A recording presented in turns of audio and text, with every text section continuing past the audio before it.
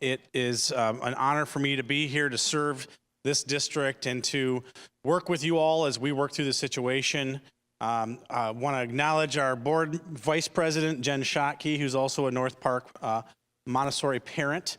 And earlier this morning at the 10 o'clock, we had Dr. Tony Baker, who's the chair of the academic committee and one of our former board presidents. So first, just want to thank you all again for coming out. We appreciate your support, your patience, your understanding. We are now 3 weeks after the original parent meeting where we all got that news that we didn't want to get. We worked swiftly when we were first informed to bring you all together, to bring the staff together, to bring the experts from the state and the county level. I want to give a special thanks to our friends at the Kent County Health Department and to MSHA, MIOSHA, DEQ, and their colleagues at the federal level who have been with us every step of the way, literally since day one. They were at our beck and call. They came here and are going to continue to be with us as we all work together through this. 3 weeks ago, when we had that meeting on Saturday, we promised to bring you back together. We promised to bring additional experts in. And so I just want to premise that this is our first meeting. There's going to be some information that's new here, but we don't have a whole lot of new information because some of the investigations are still ongoing. That the project design expert that we need to hire is just coming on board, and I'll talk about that in just a second. But just want to, again, just express our thanks to you. This is truly a sign of how this Montessori family comes together. The level of the outpouring of support from the parents, from volunteers, former parents, neighbors, the staff, what we've accomplished in this difficult situation is pretty remarkable. Within 72 hours, we had closed one school and relocated 360 plus students plus the staff. And it hasn't been without its challenges, but we just want to, again, thank you for your patience, your understanding. Hopefully you can see that we're working. We've really rallied our troops from our public safety department, from transportation to purchasing supply, curriculum. It's been an all hands on deck, and it's going to continue to be that as we move forward. So what I'd like to do for the first kind of maybe 30 minutes here, we're going to walk you through some updates. So myself, our friends from the health department, from DHHS, and then a representative from MIOSHA, and then we'll open it up for questions. We have a relatively small group here, so rather than do everyone coming up to the mic, I think we'll try to repeat what we did this morning. We're going to try to limit it to about 3 minutes so we make sure everyone's voices get heard. And we are videotaping this. I think we're even live streaming this. Do you know if they figured out the live stream? Regardless, the links are already being made public. They've been shared with the media. So this morning's meeting as well as this meeting are being videotaped and posted to the YouTube, and I know that one has already been posted to the Village. So if you wanted to look at the meeting this morning, you're welcome to take a look at it. Yeah, we'll just kind of go from there. So probably the new information that we have to share is that we have selected a new asbestos project designer. And so just a little recap on that, as there are several regulatory agencies that play a role in this, but one in particular that is going to be requiring this asbestos project design planning, which will include the rigorous air sampling for asbestos and lead and silica. That's under the auspices of MIOSHA. And I know Fred's here, so he'll talk a little bit about that more. You might recall we had Micro Air was the original, our project designer. That's who we were intending to go with. Based on some legitimate concerns raised by parents and others that said, hey, we like this Chris Decker. He did a good job presenting, but he's been part of this whole thing. So there was pressure to say, let's get someone new. Let's get someone different than Micro Air. Chris Decker stepped back and said, I think this is what's best. We agreed and we understand.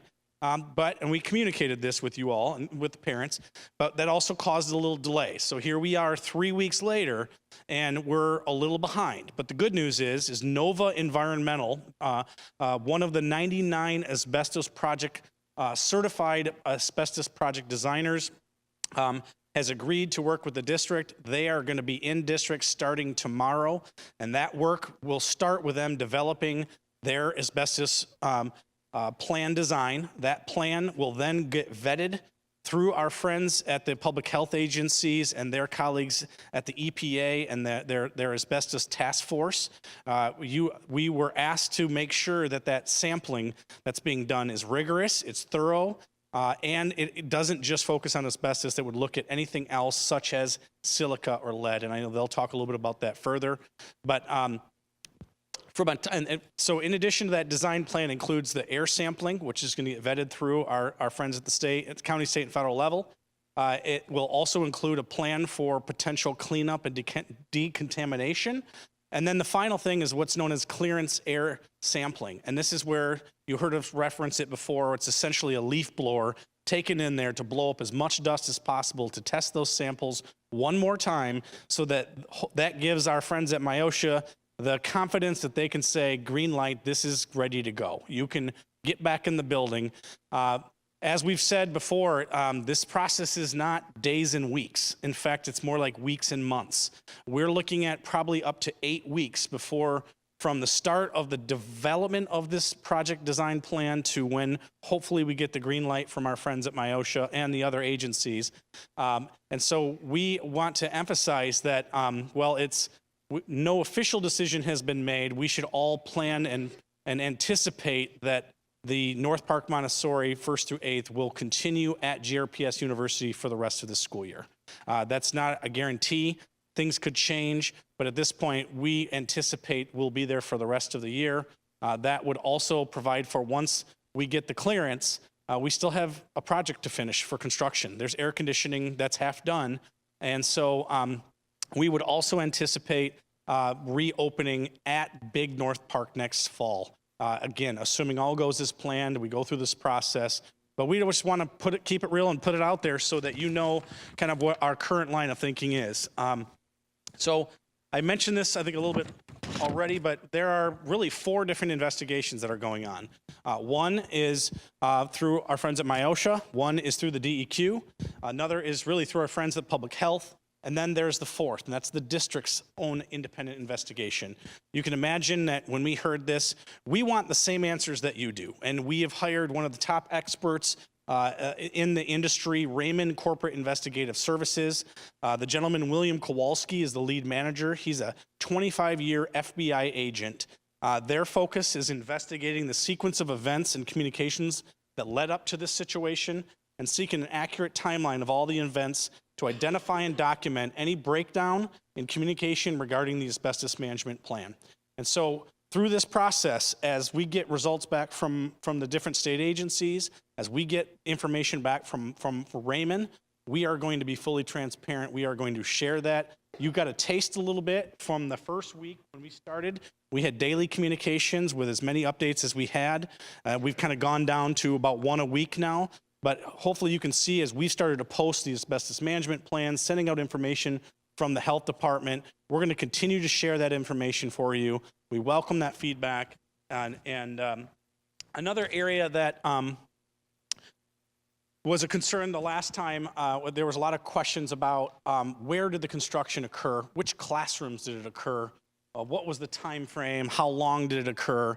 And so we just recently received from Chrisman their daily construction logs. So we are now in the process, working with our legal team and other experts, is going through those daily construction logs to unpack exactly when that construction occurred, where it occurred, and in what areas might there have been a breach of plaster that either has been already identified as having asbestos or may possibly have that.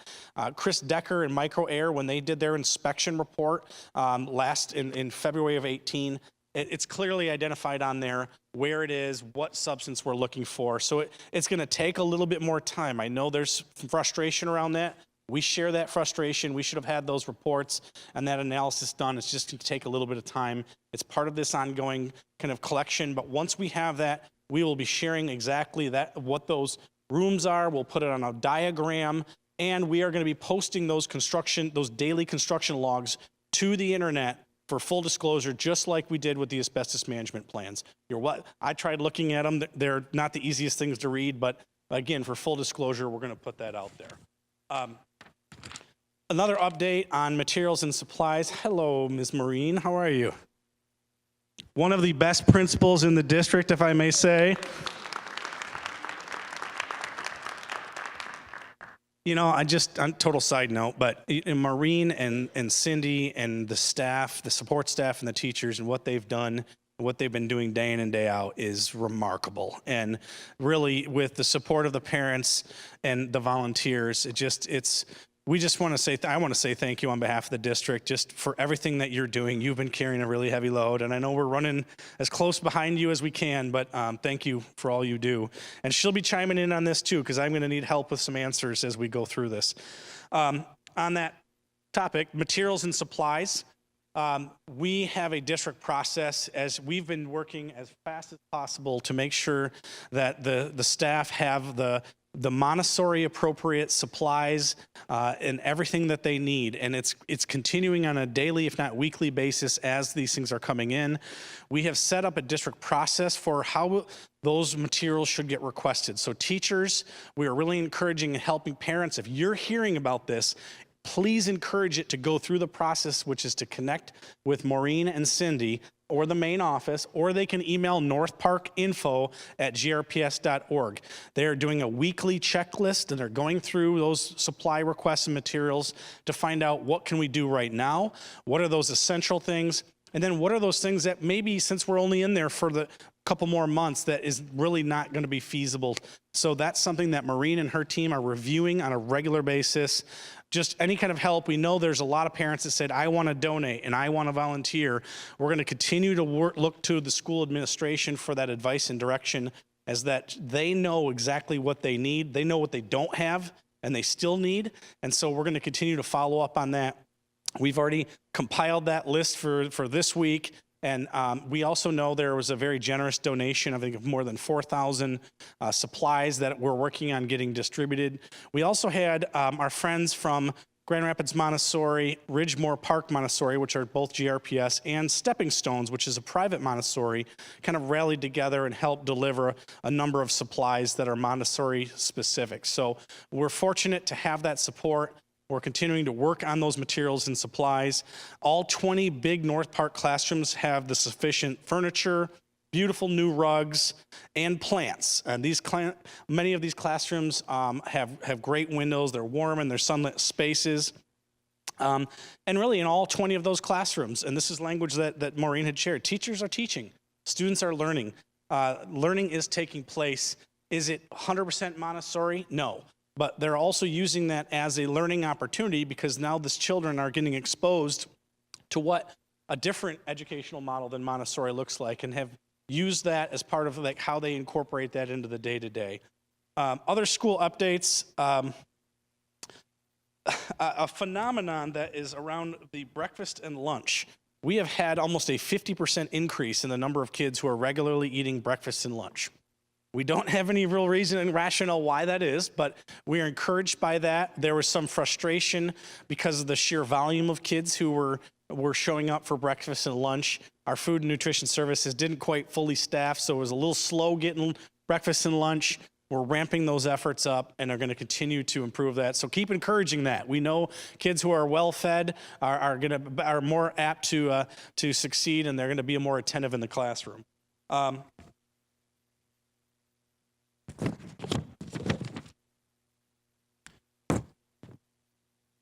Just kind of in closing, the students have really kind of gotten into their routines. I think that the teachers and the leadership have really done a good job in welcoming the students in.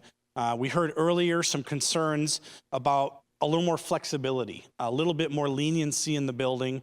We want you to know we hear that, we're aware. Our team was going to be talking to see what more we can do.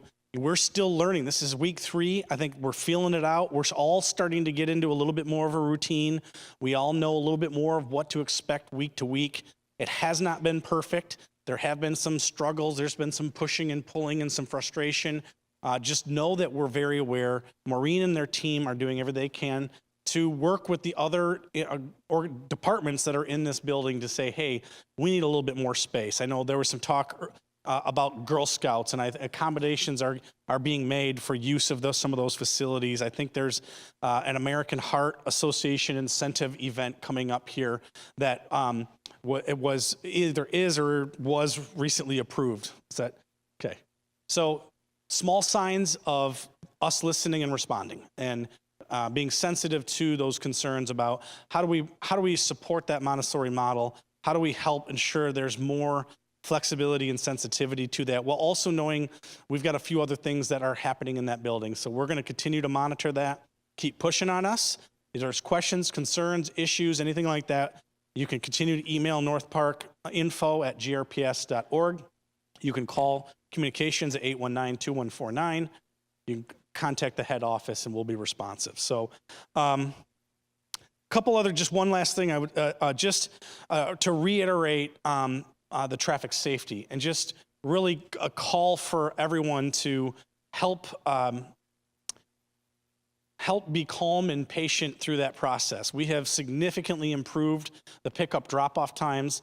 They're about aligned with the bus routes. They're both getting out about 20 minutes in. However, we've had some parents rightfully raise concerns and fears about the left turns and the right turns and some road rage that was come out, some neighbors who were not happy. Know that one of the best things we can do is just continue to encourage our neighbors, our friends, our parents. You know what? It's just being good common sense in how we're operating on the road. We've got to be patient. Maureen and them have built in some systems that have made it more efficient for that pickup drop-off to go through. And we're going to continue to monitor that situation. Safety first. We want to ensure that this process continues to go safe. Thankfully, to my knowledge, I don't think we've had any injuries or serious things that I'm aware of. But this is just a good reminder, as you know, you've got a lot of cars, you got a lot of kids, you got a lot of adults. How can we really be empathetic? How can we be patient and thoughtful and just understand that there's a process and it takes about 20 minutes to get through that in the morning and the evening. That's all I have for right now. What we'll do next is I'd like to introduce our director of the Kent County Health Department, Adam London. Good evening, everyone. My name is Adam London. I am the health officer for Kent County and the director of the Kent County Health Department. And I'm joined here on stage with Dr. Nirali Bora. Dr. Bora is the medical director for the Kent County Health Department. I'm going to turn it over to her in just a second, and she's going to introduce our speakers, our subject matter experts for the evening. But before I do, I want to say a couple of things. I've been in public health for a little over 20 years and have seen all kinds of strange things: floods, chemical spills, groundwater contamination, outbreaks, things that destabilize people's sense of safety and security. And I think what's happened to you is another example of that, where all of a sudden, out of the blue, the assumptions that you had about the health and safety of the environment that your children were in was shaken. I can tell you that in these other examples, I have seen all kinds of behavior, good and bad, from the organizations and the parties that have been involved. And I can tell you that thus far, the cooperation and the transparency that we have received over the course of the past 3 weeks working with GRPS has been top-notch, okay? And I expect that that's going to continue. We're going to make that continue. I also want you to know that my department, the health department, and the other agencies who are here, we also recognize that we don't work for GRPS, we work for you, okay? So what you're going to get from us is going to be transparency. You're going to get communications. You're going to get the risk assessments, the things that we've talked about as data becomes available and as it's responsible to share. That's our commitment to you, the people that we serve, okay? You're going to hear about 2 separate tracks that are happening from these agencies. There's the regulatory track that is happening, and we're going to hear from MIOSHA tonight. They, along with DEQ, have a regulatory responsibility, and that investigation is going to continue. From a public health perspective, we are participating along with the Department of Health and Human Services, the EPA, the CDC, to make sure that, that we are assessing the data that becomes available, that we are doing risk assessments as those opportunities become available, that we are communicating with provider offices, that we are providing screenings if they become necessary as we learn more about what exposures may have happened. As you may know, we have been doing precautionary lead screenings at the health department at 700 Fuller. We have had some people bring their families to those, and Kathy Zacharias from our department will talk a little bit more about that in a few moments. And I want you to know that those remain available to you. And if you have questions, if you have concerns, please feel free to reach out to any of us at the Kent County Health Department, and we'll do what we can to get you the information that you need. Okay? With that, I'll turn it over to Dr. Bora, and we'll go on. Thank you, everyone. So we recognize that this is an incredibly difficult time, especially when there's so many questions that have been unanswered, especially when we're not sure what's going on if our children are involved. So while we wait for all this, as Adam mentioned, we're working with a group of agencies to really help us understand what are the potential health implications that could be going on. So we really appreciate the expertise and guidance that they have been able to provide to us. And so today, speaking here, we have Dr. Joost van Turf, who is a toxicologist with the Michigan Department of Health and Human Services. We also have Kathy Zacharias, who's a registered nurse, and she's with our Childhood Lead Poisoning Prevention Program. She's going to talk a little bit about the basics of lead, routes of exposure, and lead testing as well. Also in our audience here to help support and to help answer questions, we have Dr. Piyashi Manani, who's an environmental health epidemiologist. We have Dr. Catherine Reed, who's the interim chief medical executive for the state. We also have Dr. Jennifer Gray, who's a toxicologist with the Michigan Department of Health and Human Services. Thank you.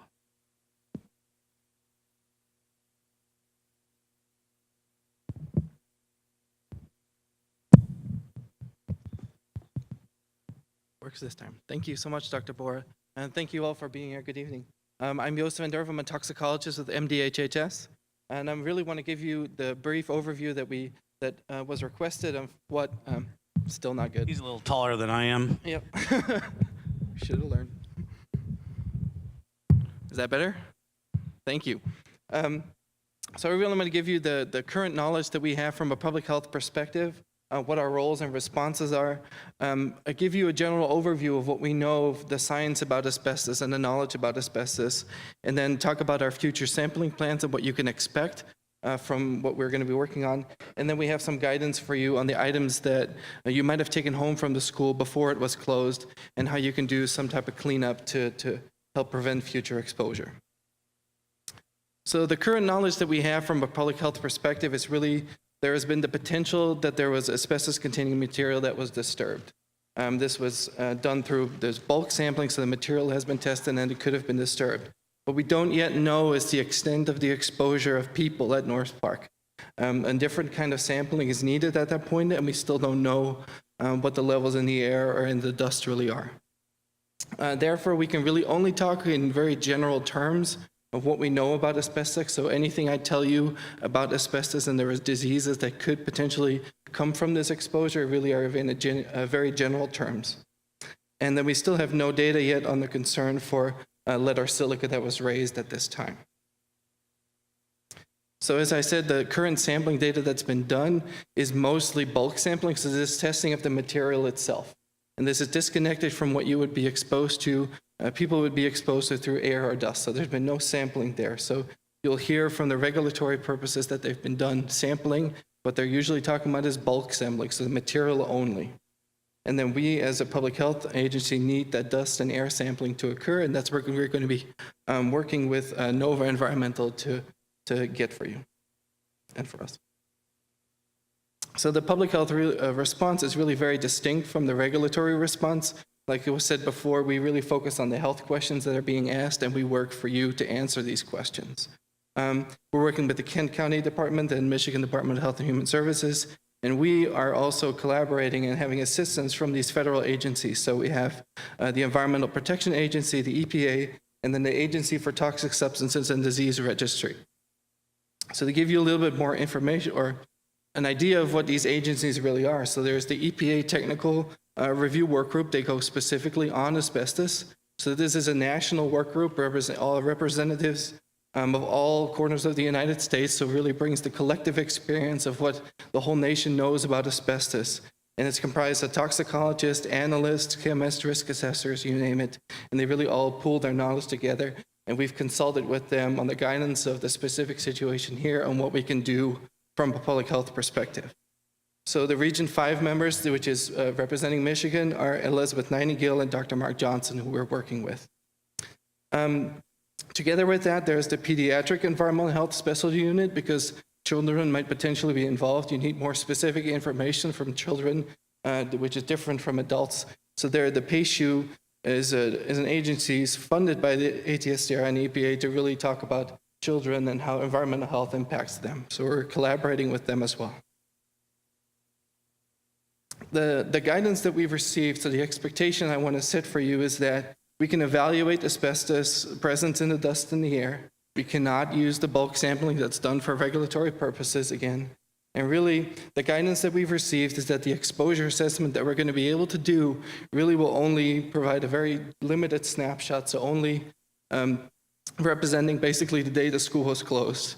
We cannot go back in time and provide you exactly what exposures occurred at what time and what risks that would have inferred to the people in the building. So there's really going to be a very limited window of when we can say things about exposure. But what I want to do for you and what was requested was provide you with a general background about asbestos. That's what we're doing. So again, the general information coming from the ATSDR, and we have some fact sheets that are going to be upstairs. There's a table right there. And it's for you to take home and provide you information about the asbestos that I'm talking to you here. So some information. So introducing what is asbestos, what are the past and present uses of asbestos, why is asbestos a health concern, and what are some of the asbestos-associated diseases. So asbestos is a naturally occurring mineral. It's made up of long and thin fibers. The fibers are very heat resistant, strong, and flexible, which made them very useful for the applications that they were used for. But ultimately, it turns out that that aids in their toxicity. So they've been widely used in the industry from the 1900s to the 1970s. And they're still in your buildings, unfortunately, today.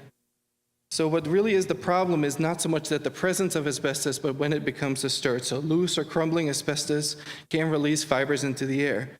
We then breathe these fibers in, and that's where the toxicity comes. So if the fibers are not disturbed, or if the asbestos is not disturbed, this is not considered harmful. When it becomes harmful is when there are fibers in the air, fibers in the dust. We ingest them, inhale them, that's when it becomes problematic. And really important is that the symptoms of this asbestos exposure don't manifest immediately. We're talking about decades before any type of disease could potentially manifest itself. And again, not everybody will be exposed. What you'll hear us talking about is risk. So all of this adds to the risk of developing these diseases in the future. So the exposure from asbestos can occur from many different places outside of buildings, but again, in buildings, it was used in industries in the United States before 1970. It was used in pipe insulation covering. You may have heard about vermiculite as a type of insulation that was contaminated with asbestos. Boiler rooms, industrial furnaces, plaster, and brake pads. And again, only the disturbed asbestos was really problematic for the fire. So asbestos is also found in the ground. It's a natural mineral, so it's in rocks. And again, you can disturb these fibers by mining, which is a very common occupational exposure, as well as the construction. To remind you that it could also be in your homes, so it's very important that before you do any type of home repairs that you're really aware of asbestos-containing vermiculite insulation piping, boilers, or asbestos covers that could be in your home to not increase your exposure. So the risk of illness really depends on three factors from asbestos specifically. So the number of fibers breathed in, how long you were exposed, and then the number of times you were exposed. All these factors together sort of inform your risk of what potential diseases could come from asbestos exposure. The unfortunate thing is that once the exposure has stopped, the risk that you've incurred continues on, even though the exposure is not continuing on. The most important thing is just what's happened here is the people are removed from the exposure themselves. The school was closed. Nobody has been in since.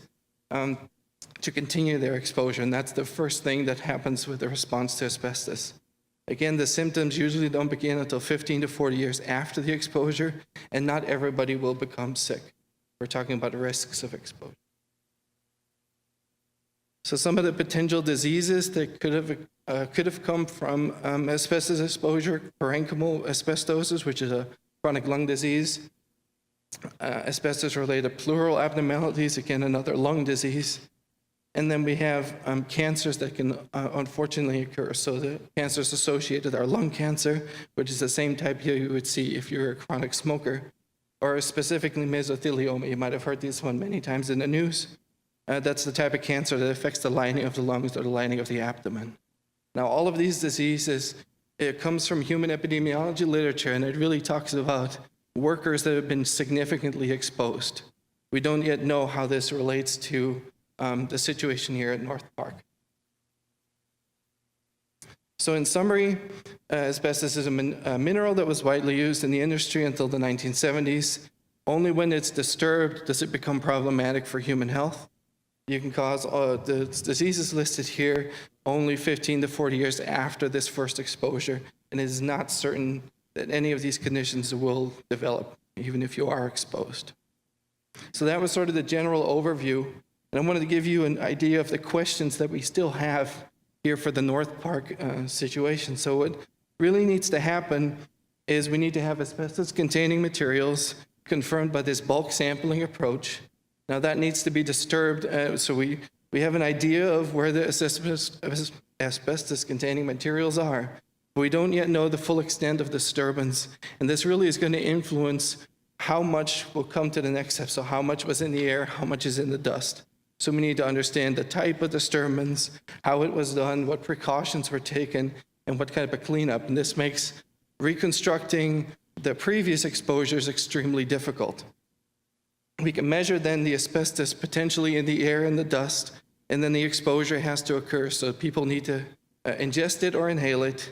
That leads then to asbestos in the lungs, and then that could potentially, with all these factors listed here, your personal health being a very significant factor in this, and what type of conditions you could expect in the end. So many of the factors here are still unknown, and we're trying to ascertain to do the best idea to give you what type of risk could this exposure have incurred. And the pathway that I'm showing you here will also be applicable to lead and silica as well. So this is how we as public health think about the whole situation from beginning to end. So going forward, we'll work directly with Nova Environmental to implement sampling from asbestos, lead, and silica. The best way possible to really have a comprehensive idea of what was in the air and what was in the dust that people in the school could have potentially been exposed to. But again, to reiterate, the sampling that we can do, the risk assessment that we can do really will only be very limited and will cover the potential exposure only on the day that the school was closed. It'll be very difficult to reconstruct past exposures. So there was, on the last parent meeting, there was a concern raised about items taken home from schools. This was something in the literature that you see often from workers working in asbestos mines and with asbestos-containing materials, that they could have happened on their clothes and then they take it home and can be released. The guidance that we've received in this case from the EPA Asbestos Work Group is that the best thing people can do is to wash the clothes, wash the backpack, wash any items that you can. Vacuuming for items that cannot be washed is not sufficient, and therefore we recommend that you take it away from your children or anybody else and maybe discard it if that's possible. There is really no reliable method to test for if there is asbestos within the article or fabric or clothing, so that really is your only option. So if you have any additional questions after this, we will be here after the meeting to answer any of your questions. We will also have the ATSDR fact sheet that talks about sort of the general questions that people might have from asbestos-related thing, and there's up at the top of the auditorium, I believe. And I want to end giving you some contact information from the PACU, the Pediatric Environmental Health Unit, as well as the ATSDR, which have hotlines where you can answer your questions directly if you don't feel comfortable talking to us. We also have a number, the 1-800-648-6942, that you can talk to the health department directly in Lansing. And thank you very much.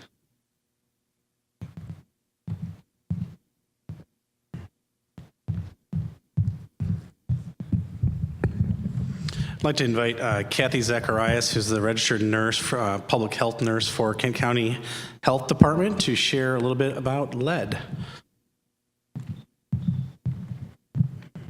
Hello. My name's Kathy. I work in the Childhood Lead Poisoning Prevention Program at the Health Department.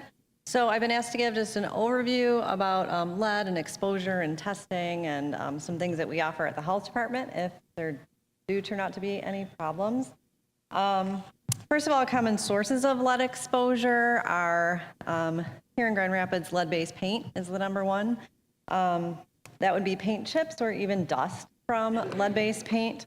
And that would be in buildings that were built before 1978. So schools and homes and it would have been before 1978. So it can also be found in contaminated soil or water. And also some other exposures are job sites or cultural exposures, such as there's, pottery that's been found to have lead paint, or certain medicines that are traditional medicines from different cultures, things like that. Routes of exposure include ingestion. Most commonly, it's young children who are crawling around on the floor, get lead dust on their hands, and then put it in their mouth with all the hand-to-mouth behaviors. Or it can also be from getting it on your hands and then eating without washing hands. So those are the most common ways that we see ingestion happen. Also, inhalation, breathing it in. Most often we see this at job sites. And then back when we had leaded gasoline, that was a little more common of an exposure. As far as potential exposure at the school, currently we don't have reason to believe that any kids have been exposed, but we are erring on the side of caution because we just don't know, and we won't know until the testing has been done at the school. The good news is, so far, the children that have been tested, we haven't had any kids come back with lead levels that the CDC would identify as high. So far, so good with that, but we'll keep communication open, obviously, with parents as testing of the environment comes out and testing of the kids is still available. Along those lines, too, it was mentioned previously, if you're doing any renovations in your homes, it's important to sort of keep this in your mind as well. If your home was built before 1978 and you're doing any renovations, please be sure to be aware of lead-safe work practices. You can go on the EPA website to find out more information. There's also lead-certified contractor lists that you can access through the MDHHS website. And also there's a program in the county called Get the Lead Out, which offers assistance to remediate lead in homes. So if you are going through any of that in your house, that's just sort of a side note. So potential risks, young children, like I spoke briefly, are at the highest risk because of the hand-to-mouth behaviors. Also because their brains are still developing and the blood-brain barrier is still open. It can cause behavior and learning problems, hearing and speech problems, slow growth and development. Lead can also affect other organs, such as the heart and the kidneys. But often there's no symptoms unless the levels are very, very high. So the only way to really know if there's been an exposure is to test. As symptoms can be very generalized and can look a lot like other illnesses. They're very, very basic kinds of symptoms. So testing can be done at your primary care doctor, at the pediatrician's office. That's what I would recommend if possible, just because that doctor already knows your child's health history and knows the growth and development of your child. But if that can't be done there, we are still offering free testing at the health department at our Fuller location during normal business hours, and that's walk-in. I did put on the table up at the top, I guess there's lots of different information. Ooh. One thing I have up there is a map and the hours of the Fuller location. So feel free to grab that if you need that. And the phone number is on there as well. But what the testing looks like is starts out as a capillary screening. So that's just a finger poke. They take a little drop of blood out of the finger. That is a screening. We can't have false results from that. So if that does come back elevated, then a venous test would need to be done. So that would be a blood draw from the arm, and you'd be sent to a lab for that. And if that comes back elevated, that's when we would take some action.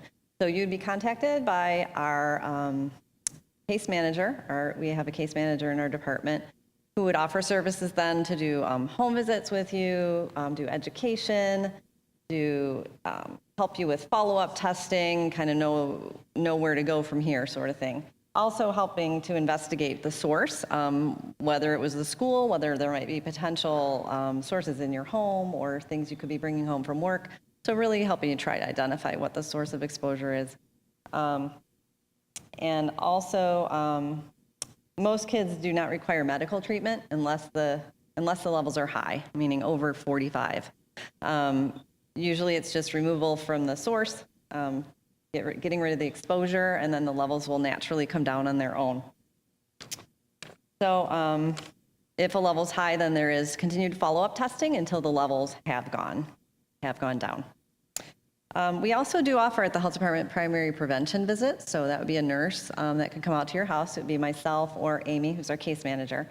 So if you have concerns about lead in general or concerns maybe about lead in your home, we can do a one-time visit with you. So again, you can call the number on the back of our brochure. I put brochures up there on the lead program specifically as well at the health department. So grab one of those on your way out. If you would like to just have a home visit or just talk to a nurse, you can call the number on the back there too. So that's another resource for you. Also, a side note too, I know there's staff that potentially could have been involved in this. So if an adult is tested and that comes back positive, there's a little bit of a different route. But that would be reported to the state of Michigan by whatever doctor's office or lab did the testing. And then it's tracked through a database that's maintained by Michigan State University. And because it would be potentially an exposure at work, OSHA would also be notified if there's an elevated level in one of the staff from the school. So again, we'll be over here if you have questions later, and just give us a call anytime too if you have questions or want to talk to someone about having someone coming out to your house too. So thanks.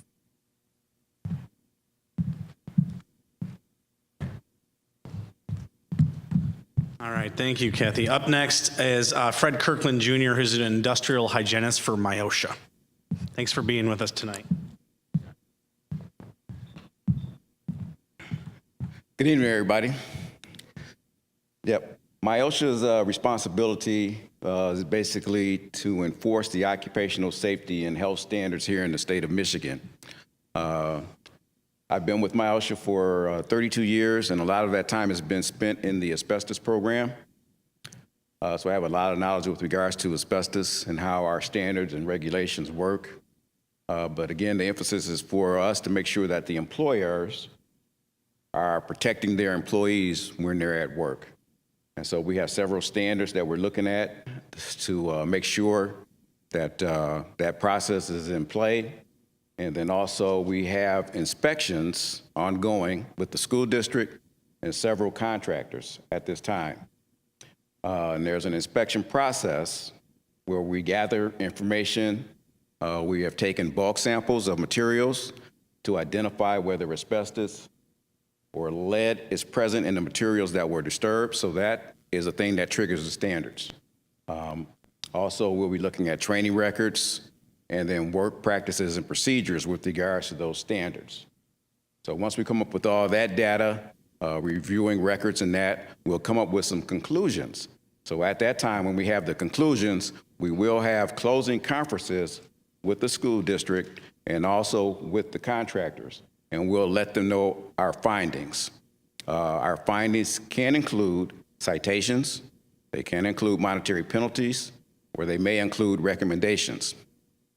Also, during that inspection process, we take a look at the requirements with regards to the Asbestos Hazard Emergency Response Act, or HERA.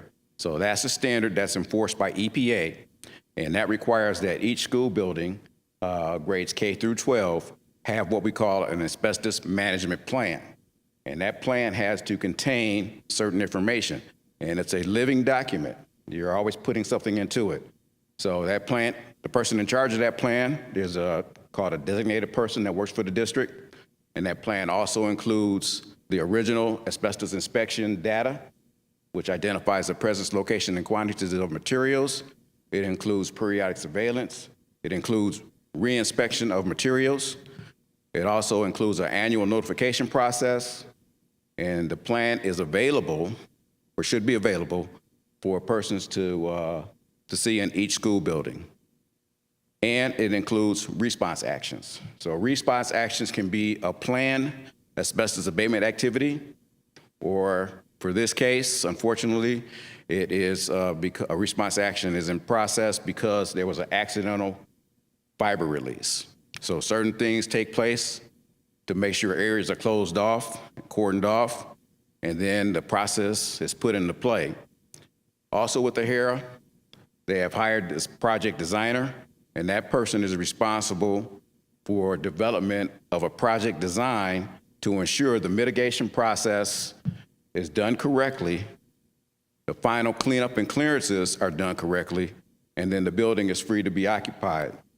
Now that plan will also include the next phase of construction. So that next phase of construction won't inadvertently disturb any asbestos-containing materials. Also, finally, we also have a Freedom of Information process with MIOSHA.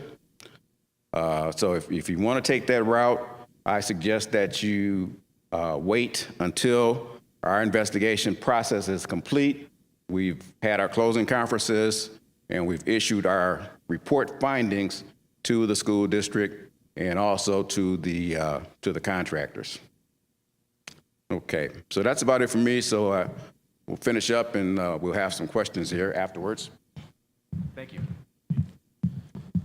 All right. Well, first of all, I just want to say thank you again to our friends from the state agencies in Kent County. We really appreciate your expertise, your partnering with us and really helping us as we work through this situation together. So for now, we want to open it up for questions and comments. I've got Jane and Kyle here who, since we're a small enough group, I think we can bring the microphones up and around. We're going to do 3-minute comments or questions to start, and let's just kind of get going. So I think I see a hand up there.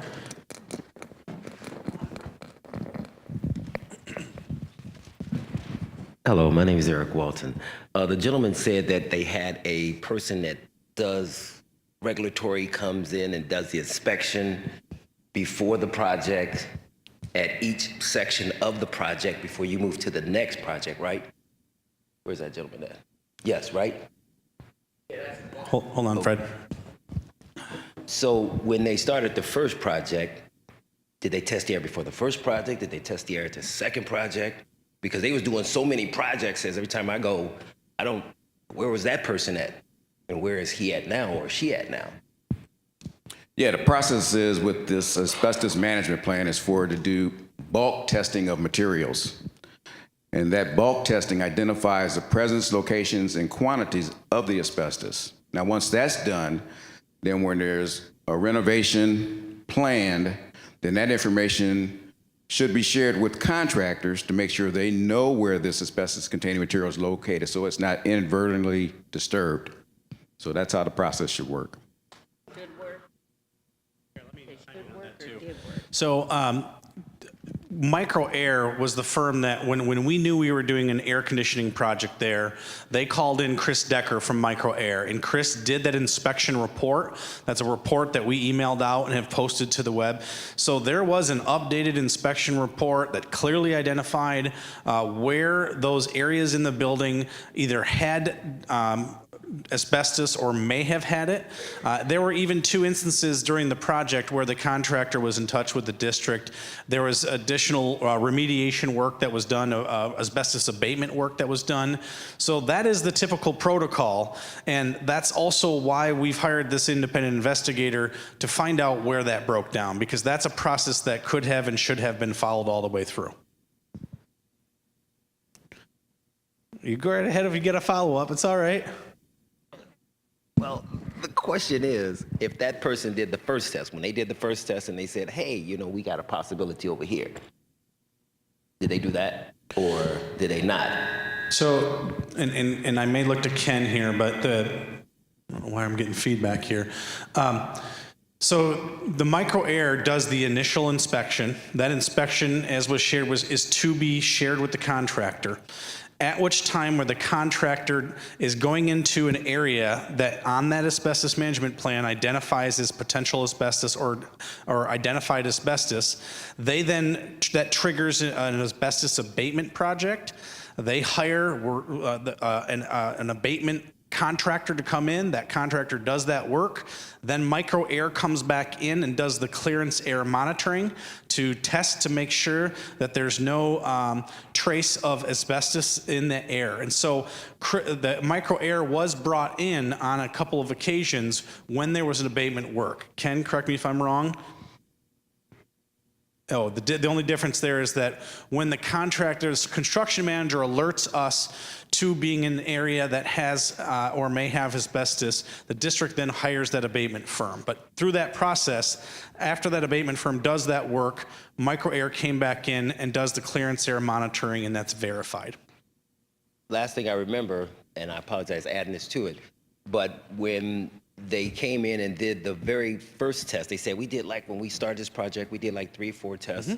And then after we found out, we did like 26 and 27 tests. And what happened to the 26 and 27 tests at the beginning that could have happened before that situation could have happened? Well, before they decided to let the kids go to school. Right. During the construction. Because they did only a few tests. When they come in to do the project, they did the tests. And then after they said, hey, I think we got some over here, then they came in and did a whole bunch of tests. When you think they should do a whole bunch of tests the first time, sure. You got a big building. Yeah, well, I mean, the areas of where the asbestos either was or may have been, that was identified. And so as the contractors were going through and doing the work, that management plan should have been referred to, and anytime there was work being done in those areas, they should have contacted the district. We should have had that abatement work done. And that's, again, what we're trying to understand is where was that breakdown? Why did it happen? Why did process and protocol work in 2 other areas of the building that were clearly listed on the asbestos management plan and that inspection report as having asbestos or potentially having asbestos? It worked right. Everything worked fine the way it was supposed to. We're trying to understand what happened here. So know that once that report comes, once Raymond does their report, and I believe through MIOSHA, all of this will be unpacked. This will all become clear as to where the breakdown occurred, when it occurred, why it occurred, and any kind of accountability and corrective action that needs to be taken. Mr. Prey? Where was it? Jane, you want to take the low seats and let Kyle take the high seats? Sure. Okay. My name's Sarah Kane. I'm a teacher. Hi, Sarah. And my question is, teachers do not only work within the hours of 9 to 4, as previously specified as the unoccupied building time. So we're often there early in the morning, late at night, which was when they were doing their construction. So were we putting ourselves at a higher risk for exposure by being there during that unoccupied time? That's a great question, and I'm not sure I can really answer that. I think that's part of what we need to identify is exactly what rooms where the construction work was happening. The daily construction logs actually have detailed information as to what the hours were, what days were, what rooms they were in, specifically what construction that they were doing, and so and I believe that would also include any kind of cleanup work because they're also doing that kind of work. So through this process, we're going to find out a lot more specifically what rooms they were in, when, and what they were doing. From there, that's going to also help inform the level of the sampling and where that sampling is going to occur.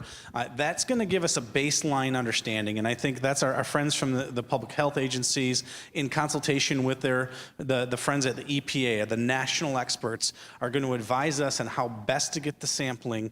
And our hopes is that we're going to go through and do some of that, and it comes back little to no. If you recall, when Micro Air did do one set of air sample testing on the the Friday when we first learned about it, and it was in an area that was not in a classroom. It was in an area that is not as populated, except for, well, it's near the gym, but it came back negative. It's one piece of data. We are starting tomorrow with Nova Environmental coming on. We're going to get that design plan done. We're going to get the sampling done, and we're going to have a lot more data for you. So just bear with us, sit tight. We want to get you that information as quickly as possible.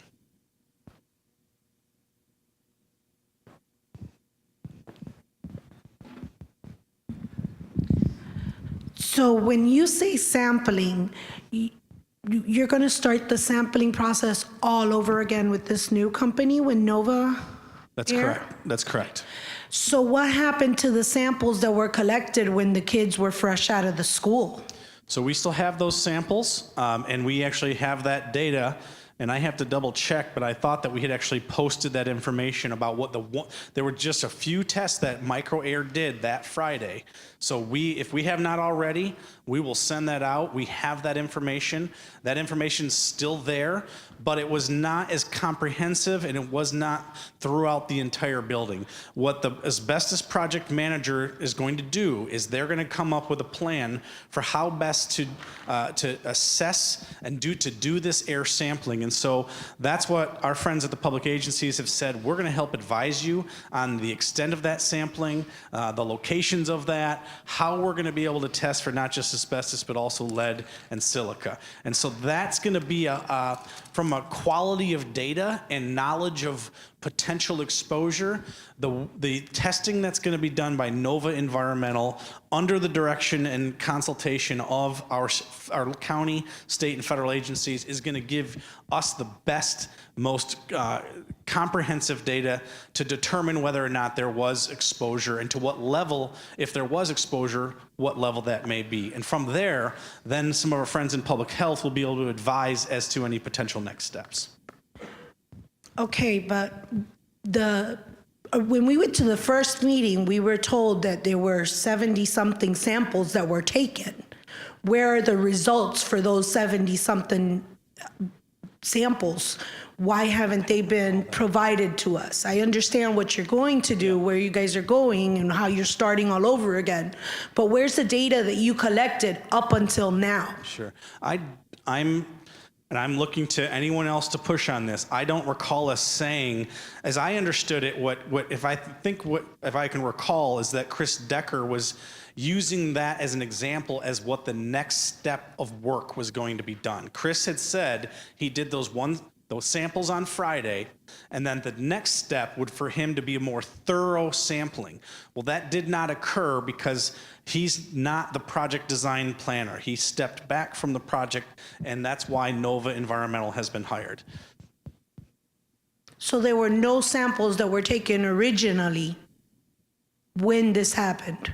There was the initial samples that MicroAir took on that Friday, which we've shared and we will reshare. That's correct. It was So it was one sample. There wasn't multiple samples. There was one sample taken to the gym. That's right. And we knew that one was contaminated, but I asked the question the day that we had the first meeting on that Saturday, and Mr. Chris Decker stated that they were going to check the cafeteria where all the children were going. That's correct. So the samples in the cafeteria didn't get completed? That's correct. He did not continue the work because he was not brought on as the project design planner, because there's been concerns that were raised that he's too close to this. He was asked to step back from it, and so he voluntarily said, I'm going to step back, and that's what led to a little bit of delay in us hiring the new project designer, so they can now begin the work that Chris Decker was originally planning on doing as a follow-up. But as part of that process, and because of some understandable concerns from parents and others that said, hey, MicroAir has been part of this, we don't think they should be the ones hired. We think we want an independent third party who wasn't involved in this whatsoever. So all the information was left with Chris, and we have no information for you to relate to us so far. 3 weeks into the process. That's correct. That's exactly what we shared earlier, that this was, as part of that process, our intent was to continue with micro air. Because there were some legitimate concerns and questions raised about whether we should use him or not, that he stepped back. That required us to take the time to put out an RFP to those other 99 certified asbestos planners, and we were able to finally secure Nova Environmental, whose work will start tomorrow. We want the same thing that you do. We want it to be quicker, and we appreciate you sharing those concerns. No, it doesn't make sense. It's not going to make sense because they should have had samples and responses for us at this point. My question's somewhat related to what she's talking about, but a little bit different. Two-part, actually. One is, will we be able to review the design plan once that is put together by Nova? And will that explain to us how they will recreate what happened in the building so that then they can test it? The reason I'm asking is I'm concerned that there's been cleaning since our kids left. Yep. Windows have been open. I don't So- think that it's accurate if they go in today and just start testing. First part to that is, as soon as we have that plan, and that plan has essentially gone through the recommendations, we will share that information. Great. Absolutely. Secondly, and this is what I heard earlier from DHHS, in their consultation with the EPA experts and the national team, that said, and this was per your request, per our request, was how is there a way to do aggressive sampling to recreate this? At that point, the response was, there's really not going to be an accurate way to do that. Now, since then, we heard again this same concern this morning. So I know that our teams will huddle, we'll reconsider whether or not there could be some kind of recreation. We're not sure that's going to necessarily get the best, most accurate data, but we're aware of that concern. We heard that 3 Saturdays ago. We heard it this morning. We're sensitive to it, but we're also looking to our experts to advise us as how best we do this. At minimum, we could get the initial round of testing based on how the EPA is recommending it. That way we can start getting data as soon as possible. I think that everyone, and I heard that here, was we want that data. So even if it's the initial data based on what dust and what asbestos may be there based on February 15th, I think that's probably where the initial focus will be. We are going to revisit and at least consider if there's a way to recreate. But again, as of right now, from the advice from this EPA task force, that is likely not the most feasible and consistent way to do it. Perhaps they could use the construction log and recreate a day. That's just an idea. Yep. You know, re-drill the holes wherever they did it in one room, recreate that day. Okay, Just an idea. absolutely. Thank you. I mean, Yep. duly noted. We appreciate that. Yes, we will get to review it, he said. Yep. Prior to the testing, though. We'll put That's it, my, I mean, this is a public document. There's no reason we wouldn't share that. I'm not an expert in how all that process works, but know that we will follow through on that.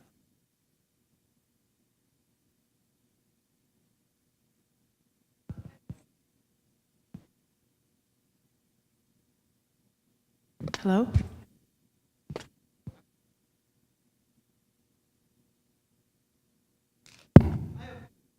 Okay, wait, I can hear you.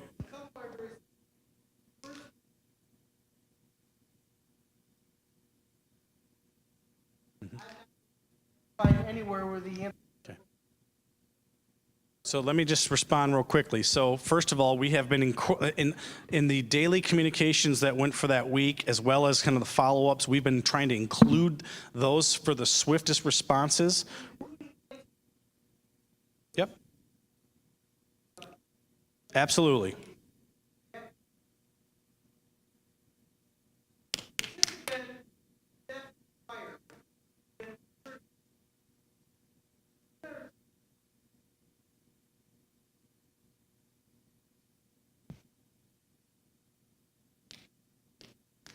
What we are doing right now is doing everything we can to expedite the supplies, the materials, and to ensure that the staff have everything that they need. When it comes to the financials into this, yes, of course, we have insurance. There's a process for all of that. We're still in the middle of investigations. So any type of response on insurance funding, that's something that's to be determined.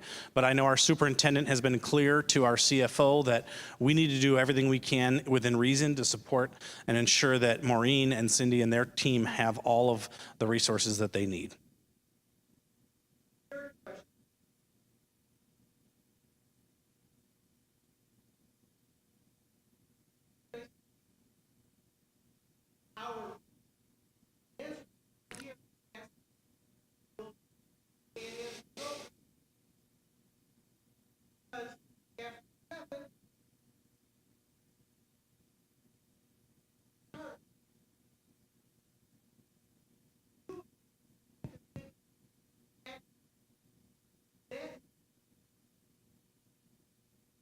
I appreciate that. That is a consistent concern that we've heard. I think I had talked about it a little bit earlier. There's been a few small wins already where Maureen and her team have been really working with the building managers at GRPS University. I know that several board members have raised some questions about how we can be more flexible, how we can do a little bit more to support the staff and the students. Know that we hear you on this. We understand the concerns, and we are following up with the members of Maureen and her team and others. But I've got Maureen here for a little bit. So we do have a date on the Jump Rope for Life evening event. It will be in May, and it will not go as late into the evening as we originally planned, but we do have a building use in for that that is in process and should be approved. So in terms of that concern, it's been addressed, and we continue to work. The one this morning that was brought up was the Girl Scouts. The Girl Scouts they did a building use at the beginning of the year. They're welcome. As soon as the leader gets in touch with me and identifies days and times, we'll find that group a room. The Boy Scouts group has continued to use the space in the evenings on Wednesday. And again, we are working with GRPSU and the other two programs in the building to accommodate for those ongoing after school hour programming pieces that happened at the corner of Cheney and Elmdale.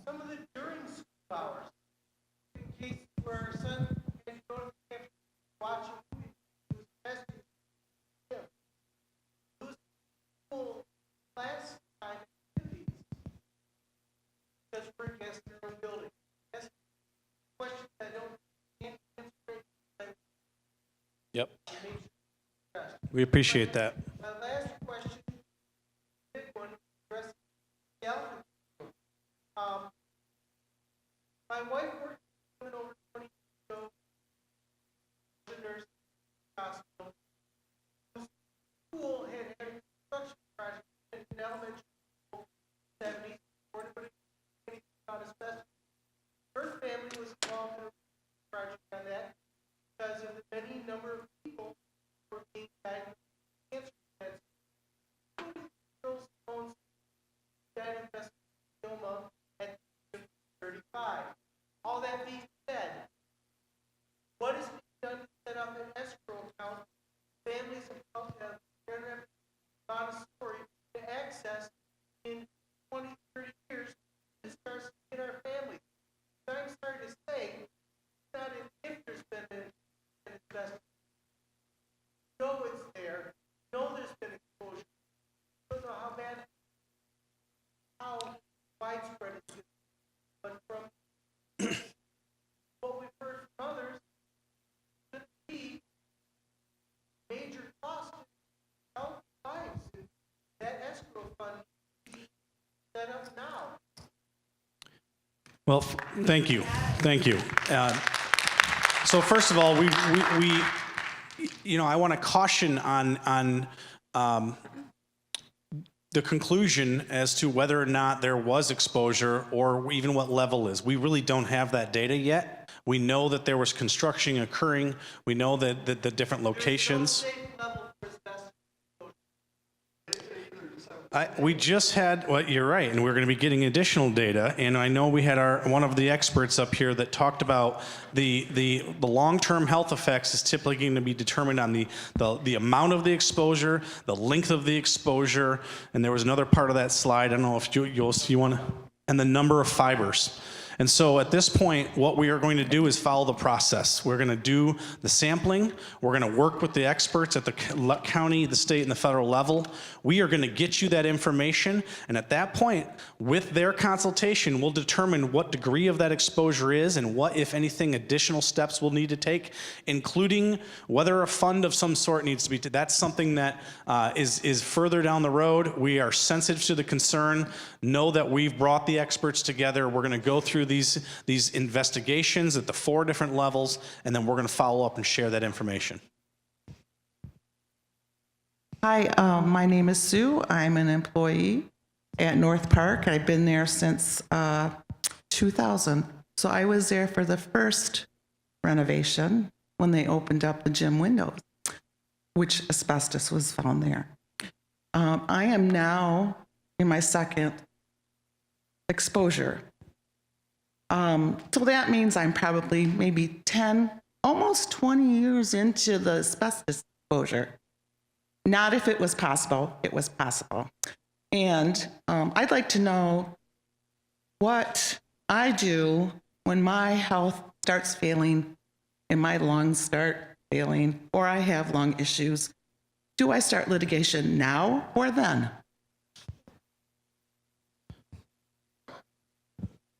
I think that's something that from an individualized basis, we can't answer that for you. You'll Why? know well, because we are on an ongoing investigation to determine if in fact there was exposure and to what degree. There was exposure. You're just spinning it. Okay, all right.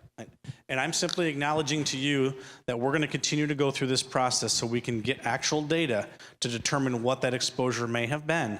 And we are going to continue to follow up to, and I can't speak to the construction that was done 10 years ago, Right. but we have the records to go through to look at what areas they were in. Right, I know what areas To they were determine, in. okay, well, then I understand that. But I was there, so. That's really good. And I Okay. think that's one of those where we can look at those, we can get Yep. that data, because if you're concerned about it, Yes, I we're am. concerned about it. Okay. And we want to find out what was there and what more we can do. Right, good. I'm glad to hear that. My second comment is,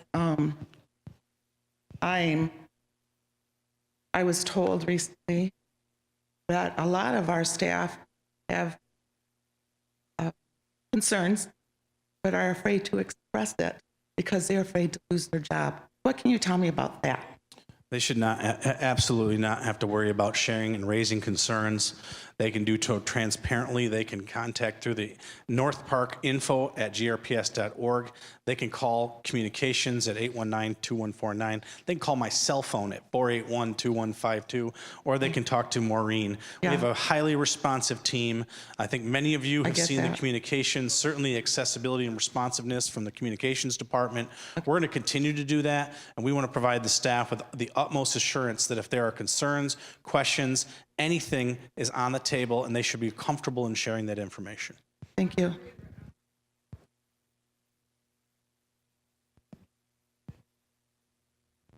Nobody on my team should be afraid of being fired, and if they have the concern, they can come talk to me.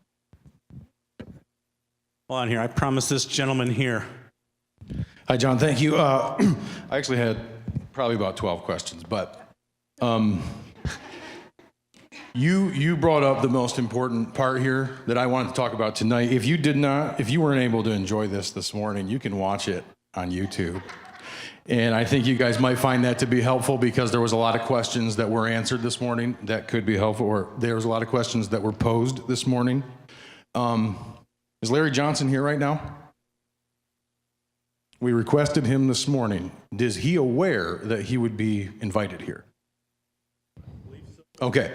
I am going to, right now, I'm going to start by, all of us go home wondering, what can we do, right?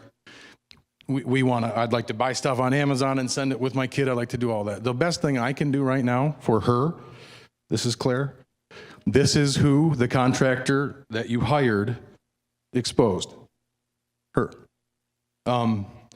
So if I could, since this is recorded, and I know we have school board members here, I have a question for Larry Johnson. And I recognize this is uncomfortable because we have a lot of levels of leadership. But what she is saying points to a systematic breakdown of both the way that we handle construction and the way that we handle our workforce. So in my experience, when it comes to workers not reporting safety stuff, it usually is because they're scared. That's my experience of being part of some litigation like this before. So I did a little bit of homework in between our meetings here. And so there's some concerns that I have from our staff. What she said is not uncommon. And I imagine that it's uncomfortable to hear because it stinks. But the problem is when we're grown-ups and we take positions of leadership, those responsibilities lie on our shoulders, correct? And so there is a problem. So my question to Larry Johnson and I'm just gonna say several staff people, is this his building or is it ours? And I certainly recognize how uncomfortable that is. I work out of my garage. If someone came and said, I'm gonna work in your workshop, I would not be happy about that, right? But I didn't ask for this. No one in here asked for it. We didn't expose the asbestos. Maybe Christman can provide Larry with a new office. Okay? Also, I think that, so this is the question, this is the feel, right?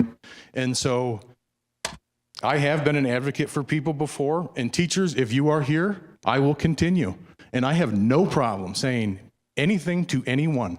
You are paid by my tax dollars, and I'm proud to pay those tax dollars, and I am proud to be part of GRPS, okay? So there is a problem. There's a problem that needs to be recognized, and we can't just say we're doing a great job. We're doing a job, we're getting through, right? But when you set up a situation where first graders learn by using tangible items to count, it's asking a lot for that teacher to then change the whole way she teaches, or he, okay? So our teacher's experience this year has been dealing with construction. That's complicated. It's difficult. Now that we had to do this has been traumatic for my family. I can only imagine these teachers, right? So they're all working all through the night because their pride outweighs their income and their scores. Okay, and so that matters to them. It matters to them that these kids get a good education. They are not going to report everything because our environment currently doesn't work well for that, okay? So we asked at a previous meeting, because we've recognized that the staff at this building doesn't recognize how to deal with elementary kids. We requested that certain people visited other Montessori schools so they can better understand the environment. Has that happened?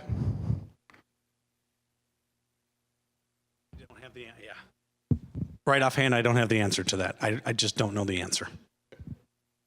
So, because it matters, right? So another suggestion that we had at a meeting that I thought was wonderful is we could... So Matthew Beresford, who is the executive director over our Montessori programs, he has been and is over Ridgemore Park and over Grand Rapids Montessori. I know that obviously from a facility standpoint and from a curriculum standpoint, our teams do regularly walk through those. Was there a specific walkthrough as a result of this? That I can't speak to, but what I can speak to is that there is a recognition and acknowledgement that our team, the leadership team, with Matthew Beresford, has a keen awareness of Montessori. I know that they were part of that effort to reach out to Ridgemore, GR Montessori, and eventually Stepping Stones to try to get some of those materials and supports.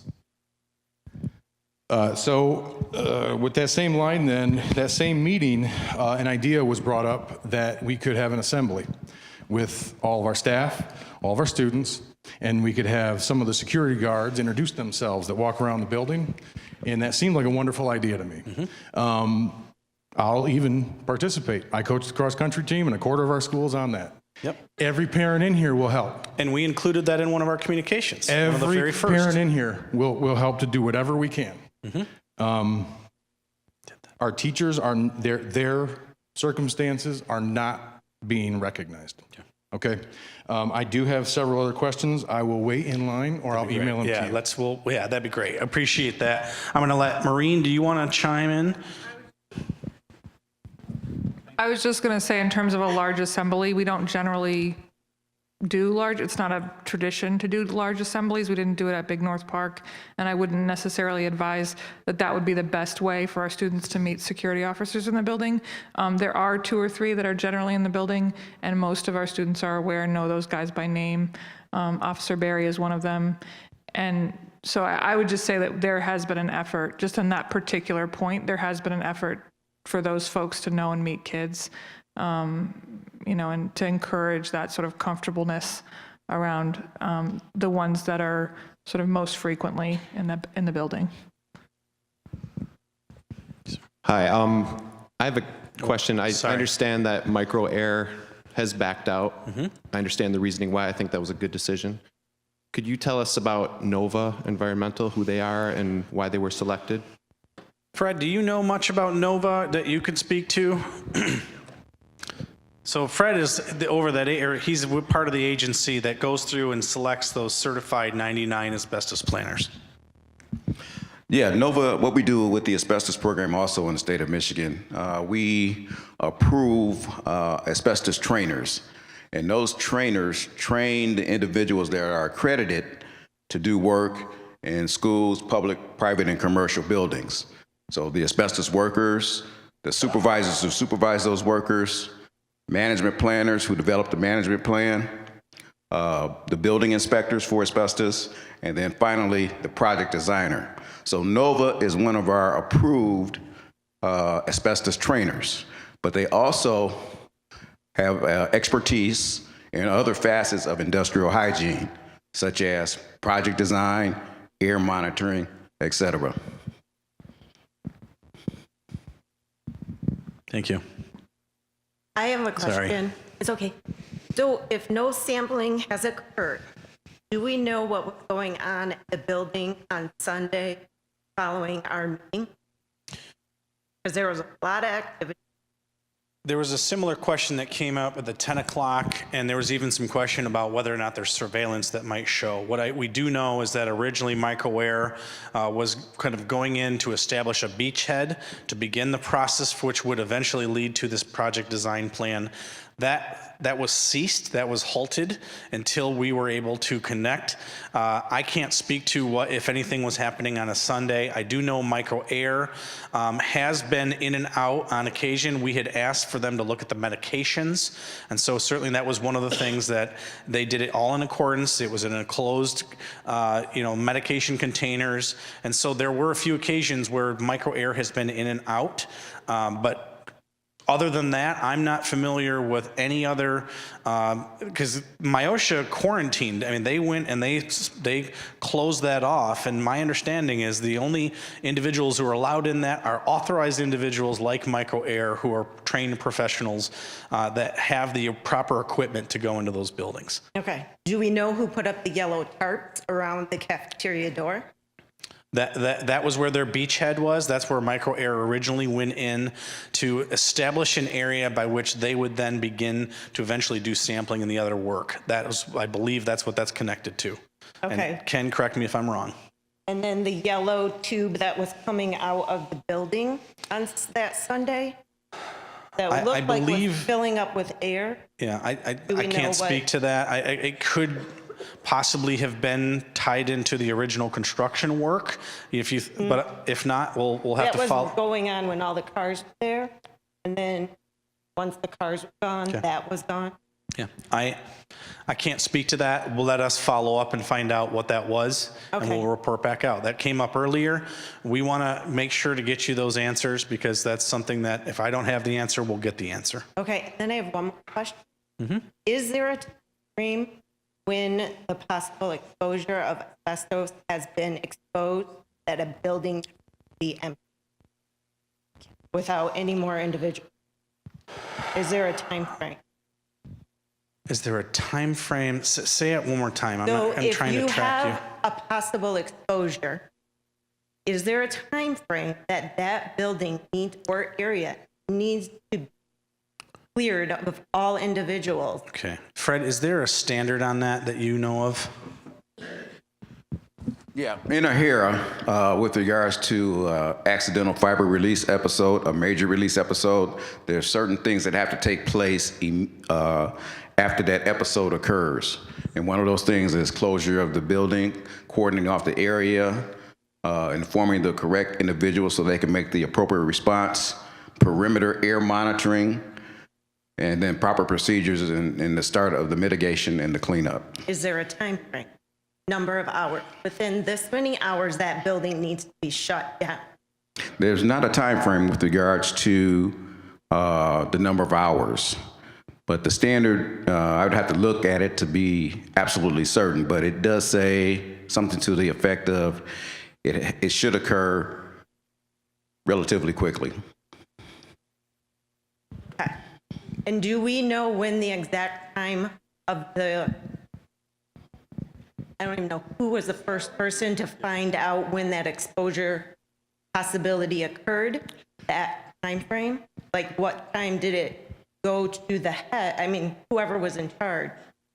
What time did the construction workers say, make a phone call to the next person to then say there's been a possible exposure? What was the time of discovery? Thank you. Yeah, well, with our MIOSHA process, that's something we're gonna find out and then document to see whether or not it was compliant with the regulations. But at this time, the investigation is ongoing, so we can't really release that information if we have it already, but then at the conclusion of our investigation, when we conclude and have closing conferences with the school district and then also the contractors, and then submit our written findings and results, then that's available. Okay, thank you. My question has two parts. One is, what is the anticipated timeline for the investigation by MIOSHA? Does that take a couple of weeks or months? The follow-up to that is, why is Chrisman Construction still doing projects at other schools when we don't yet know where the breakdown in the protocol occurred? So, I'm sorry, will you restate the first question? Sorry. The timeline of the investigation? Yes, sorry. All right, I was told that we should be looking at about 8 weeks. So it could be 4 to 8 weeks, depending on how quickly the plan is developed, the plan is vetted for the sampling protocols, and then the work can be done. But I was told we should anticipate upwards of 8 weeks. The follow-up, I'm sorry, I'm late, and the Chrisman, why is the Chrisman work still working? So we have had a relationship with Chrisman and have worked with Chrisman for decades. And unless I'm not aware of ever having a situation like this. This is a rare and extenuating circumstance. It's an isolated circumstance. We did go through and review the projects, the other air conditioning projects, and an assessment has done, and we're very comfortable with how those projects have proceeded. We do not see a similar situation in those projects.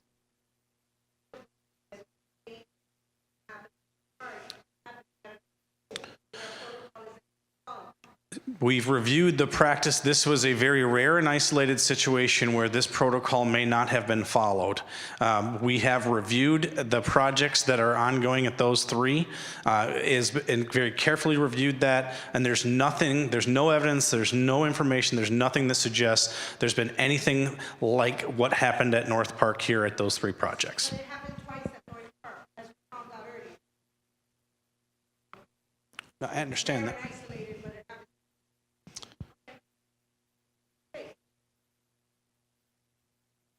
Oh, sorry. Hold on, Marie. We got one more here. I can appreciate all of this going on and all the investigation, but teachers spend hundreds of dollars of their own money to build a classroom, and that stuff is sitting over there. What is going to be done for that now? My understanding is that we are not in the position, because it's an ongoing investigation and because we want to not disrupt the state of that facility until which time we can implement the project design plan, that they can do the air sampling, everything they need to do. That's part of this timeline and process. And once we go through that, once we get to that clearance air testing and we've had the conference, we'll be looking to MIOSHA and our others to say when we can get in the buildings to potentially take those materials out, clean them, and we can continue to have those conversations. If any of that can start to happen now, we would like to. We were able to get a few things out, but when you start taking extensive materials, curriculum, whatever else is there, we need to get that advice and direction from our friends at the state agencies. Oh, I'm not asking to have those things taken out. I'm asking, these are teachers who've used their own funds to build a classroom so that they can teach children. They don't have that now. I understand we have a supply requisition process. Yet you live streamed a couple weeks ago that, the next day, after an open house, they're going to be up and running and ready to go. Mm-hmm. I sat in one of those classrooms watching your live stream. They didn't even have pencil. Well, yes, they do now. But all the reading libraries, their personal libraries they build for their teachers, all the arts and crafts, things that they do outside of an art classroom. I'm looking for Maureen, because Maureen actually answered this question earlier, and there are individualized classroom libraries that are being provided. There are art supplies that are being provided. If there are things that are not, we're going to repeat the request for our staff to submit that there's a process. Maureen has been receiving that, creating a weekly list, using that information to fulfill those requests. Some of those are taking a little bit longer than others, but we're going to continue to meet those needs as best we can, as fast as we can.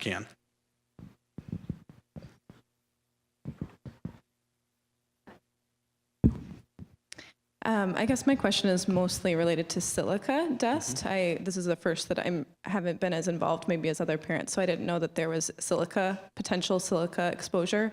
I have a very dear friend of mine who, for a much different situation, but prolonged silica poisoning. I myself was exposed also, so I've done a lot of research on the harms of silica poisoning. So I guess my question, I know you put that up there on the screen, but could you clarify a little bit more about the testing? Is that going to be done as rigorous as the asbestos testing? And our expectation is that asbestos, silica, and lead will be tested. Are you comfortable with answering that? Let me hand it over. Yep, that's one of the questions we'll have for the project designer. Make sure that that's tested. That was brought up in the last parent meeting, and we're going to include that in the design that we're going to create with the project designer. So yes.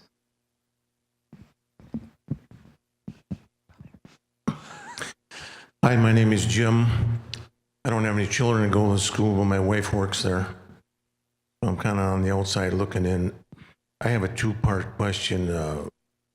First and foremost, going forward, what is Grand Rapids Public Schools going to do to try to minimize these situations, considering they're doing construction in the building while students are in there during the day and they're at night, and the teachers are in there on a 90-year-old building, which makes absolutely no sense to me at all. And my second part is I struggle with the idea of being a taxpayer, knowing that they sold Riverside Middle School, Crestview School, which are maybe built in the early 1960s. And to me, it would seem they would have less toxins in them in general, whether it's lead, mold, asbestos, or whatever. Now, you can have asbestos in buildings built in the 1960s, according to what you've told us, and I've heard before. But going forward, it seems like Grand Rapids Public Schools, and I know schools cost money, cost tax dollars, but it just doesn't make sense why we sold those buildings and we kept this 90-year-old relic and we continue to do construction. And why not, if we're going to do construction, why not do it in the summer? By the time the students come back, it's all cleaned up. Sure. That was a call someone made, maybe to have it ready by spring, I don't know. But going forward, It seems like they got to do some better thinking to minimize these situations, especially in a 90-year-old building. Yep. So the first part there was what are we going to do to ensure this doesn't happen again? And you rest assured that is the exact question we're asking as well. That's why we are bringing in Raymond Group to do this third-party investigation. They're going to review our policies, their procedures, and then we're going to use that to develop our systems to ensure something like this doesn't happen again. We share those same concerns. None of us want to see something like this happen. We want to find out how and why it happened and what do we got to do to ensure it doesn't happen. On the second part of your question, this is a little more complicated. You know, Grand Rapids Public Schools has, over the last 20 years, we've seen our enrollment decline by 8,500. We closed 35 schools. We eliminated 1,000 jobs. That was up till 2012. You know, there was not a single year that went by that we didn't close one or more schools. And we relied on building improvement plans. That's where we've hired leading consultants to do the Phase 1 building improvement plan, which led to the 2004 bond that was approved by the voters that focused mostly on the elementary and the middle schools. That's where some of the original North Park, I think they got about $1 million in there. There's some level of investment that went into that facility. Same thing happened where Phase 2 building improvement plans, we had not looked at the secondary schools. So this bond that was approved in 2015 by the voters, that's what's investing in a lot of the secondary schools, these air conditioning projects, all the new technology that's going in there, the new security systems. So I guess I want to assure you there was a very systematic approach to every one of our facilities, and there's a lot of thought that goes into the level of enrollment, the academic achievement, the capacity of those buildings, the level of engagement, the academic outcomes. And so it is something that we're sensitive. You're right. Virtually almost all of our buildings, except for those that were built with the 2004 bond, are 50 to 100 years old. So we have a lot of old buildings. So does Wyoming, so does Kentwood, so do most of the inner ring kind of suburban, exurban districts. So having older facilities that may have asbestos, in fact, almost all of them do, it's very common, that's real. But that's also why we have a federal law, that's why we have asbestos management plans, that's why there's policies and protocols in place. And in this case, we've got to find out how and why that happened, and so it doesn't occur again. But just know that we stretch these taxpayer dollars as far and wide as we can. The good news is in 2012, when Teresa Weatherall-Neal became superintendent, she went big all at once. We closed 10 buildings all at once and then stabilized. We've not closed a single school building since then. And in fact, we're opening new and innovative schools. We expanded North Park Montessori due to the demand of parents like you and others that said, we want this. And so that was what led to the expansion to the pre-K-8. So we're looking to invest for growth. We're looking to invest in those schools with dynamic teachers who are producing the academic outcomes. And it was a very thoughtful process. We are going to have a new superintendent coming in here by the end of this school year. And we anticipate that superintendent is going to have a vision that may include a new strategic planning. And we'll do another round of engagement because stakeholders like you and your wife who's dedicated her time to us as an educator, to the parents in this room, that feedback, this is a collective initiative for us to come together to how do we keep moving this district forward. We've been getting state and national attention for our success story, and we certainly have a long way to go, and it's unfortunate that a situation like this has cast a shadow over that, but it is what it is. We know what we know today. We're going to know more once these investigations come back, once we get the data, and then we'll figure out how do we move forward together, because we're committed to working with you and to continuing to communicate, address concerns, and be responsive. Hello. It's me. I have a question for kind of follow-up about Chrisman. Mm-hmm. Is it standard for a company that's under investigation to be actively working on other sites in the same district? I can't speak to whether that's standard or not. I will say that in this Maybe construction market, let me just finish. Okay, in this construction market, where you have a very limited pool of contractors, subcontractors in one of the highest, most competitive construction environment maybe in Michigan right now, that we have a number of projects that they're working on that we're concerned. Certainly that is a factor. We have had up until this point a long-standing relationship with Chrisman, and we're going to continue to. We'll bring that back to our team. Your question is and your concern is appreciated. And Is there anyone from Chrisman here today? There's not. I understand you have a long relationship with Chrisman. However, this building right now is under construction as well with Chrisman? It is I wrapping understand? up construction, yes. And that's been during school hours as well? I can't speak to I'm not in the details. I mean, the vast majority, when we do construction projects, Ken saying especially. partially? I'm sorry, Ken? Ken? Yep. So that, and I'm sorry, that was the second part of the gentleman's question was, why are we doing construction? Why don't we do it in the summer? Part of the reality is there is not enough days during the summer, even if they work 24 hours a day, 7 days a week. The reality is we're implementing $175 million worth of bond projects with a limited talent pool and a limited time frame that we're obligated to spend those dollars. And so we've broken those into two phases. Phase one certainly included this. In this building, what my understanding is, as they've phased in the construction, they've kind of segregated the staff and the students from that construction as much as possible. Precautionary measures are taken. Very different than North Park Montessori, correct? And the North Park Montessori, the vast majority of that work was being done, and I know we talked about this, the second shift. In the after hours, we acknowledge that there were construction workers that were there during the day. And that's what the Loop as well. And Loop as well, and before school. And so, but that's what we're going to find out from the daily construction logs as to exactly what work was occurring, when it was occurring. But I believe those logs are going to show the vast majority of that work was done where little to no individuals were in the building. That was certainly the intent originally. However, that is not. There were individuals, we've acknowledged it, staff members have said, hey, I was there, and there were guys with hard hats. We acknowledge that there were construction workers there, and there may even been some work being done. We're gonna find out from these daily construction logs what that work was, when it was happening, and what any parts of it may have been impacting asbestos identified plaster or other areas. Second question. I was, after I left this morning's meeting, I went over to North Park. My kids hadn't been back to the building and they wanted to see if it was like tented or anything like that, or if it was like that scene in E.T. where all the people were in hazmat suits, and it wasn't. It was quiet. All the lights were on inside, and their plants in their classrooms were dead.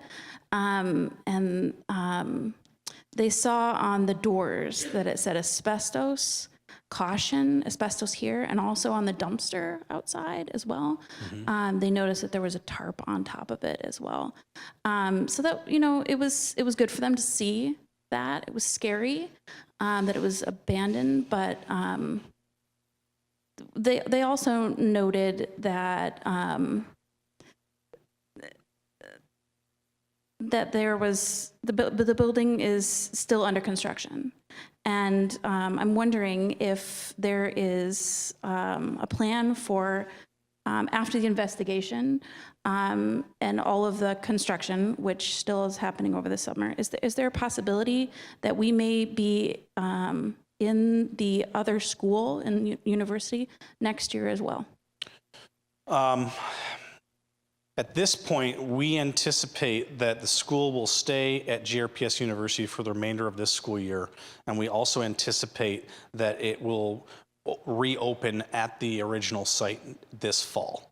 That's what we currently anticipate, but again, there's a lot of information that's going to be coming out in the next 4 to 8 weeks.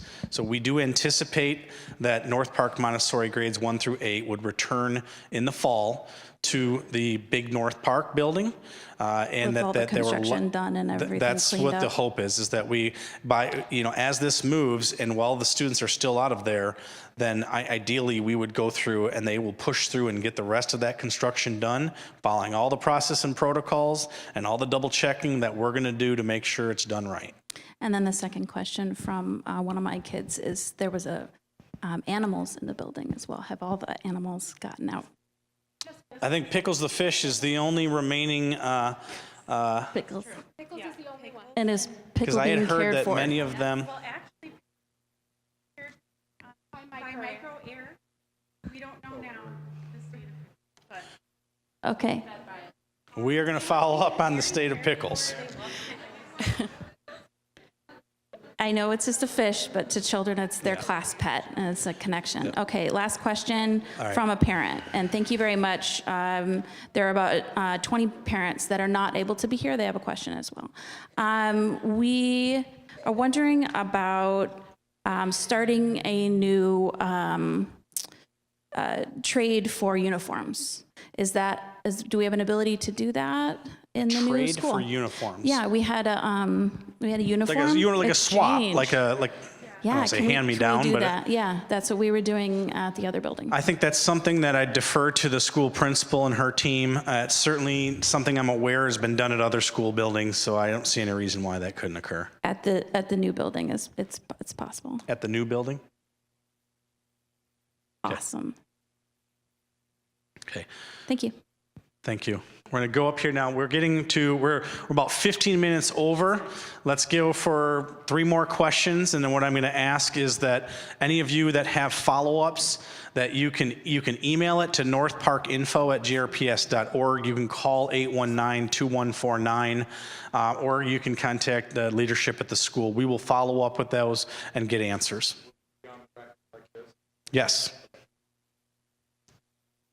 My name is Cindy Kepke. I'm a parent at North Park. And I myself and my also a parent, we've been in and out of that building before the incident, the day before the incident, that whole week, in and out, and dust, lots of stuff.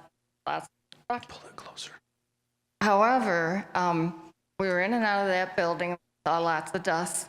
And I'm wondering, this is a question for probably the government, the agencies that are going to do investigation. And my question is, are you interviewing people that were in the building during the time that the dust stuff was in the building, during the time this exposure happened? Is that a part of the investigation? Because the teachers can tell you, the children have already stood up at the last meeting, stood up, said that they clean dust every day and that there were kids snorting dust. So are these things that will be investigated during the investigation?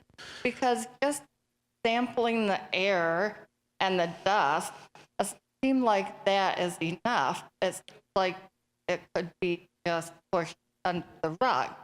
Because there definitely was dust destruction all the time that last few. I'm going to venture out and try to answer on their behalf, because I don't believe that their process does currently, at least at this stage and what these investigations are doing, will take into account individual interviews to try to capture who is in the building and the level of exposure. I think what we need to know first is, in fact, what is that potential level of exposure? How long was that potential level of exposure? What were the size of the strands of that potential exposure? From there, we'll have a better idea of kind of where we stand and what additional steps may need to occur after that. I know in the interim, what we've had asked are for parents, if you know, and this doesn't speak to your question about who was in there and may have been exposed, but particularly for those parents who have materials and coats and hats and gloves of their students that are left behind, we are trying to get an account for that, especially if those are items that we need to pull in. But to your question, at this point, these processes do not take into those individual interviews. It doesn't mean that once we get through this, there may not be an opportunity. And that would be something we're going to look to that third-party investigator. We're going to look to our legal counsel. You may look to your own individual legal counsel. And so this will be a process. It's going to be a journey. It's one we're along with you on this. It's one that we're going to continue to gather the data. Let's get these investigations done. Let's find out what those results are, what the findings may be, and then we'll respond. I was just actually wondering, with the construction workers that were working in the building under Chrisman, were those, I heard from the last meeting that there were a bunch of guys that were pulling permits on different things there. Were they all given protocol to follow while they were there? And who was in charge of making sure they were following that? Because I know that there's a designated person, according to the AHIRA, that is supposed to follow up and make sure that protocol is being followed. So who is that person? That's a good question. I don't have that answer for you right now. What I can tell you is that that's part of the investigation. So Chrisman is the construction manager. They hire a number of subcontractors. Part of that investigation, I know you heard from Fred, was saying they're also, as part of their investigation, they're talking with those subcontractors as well.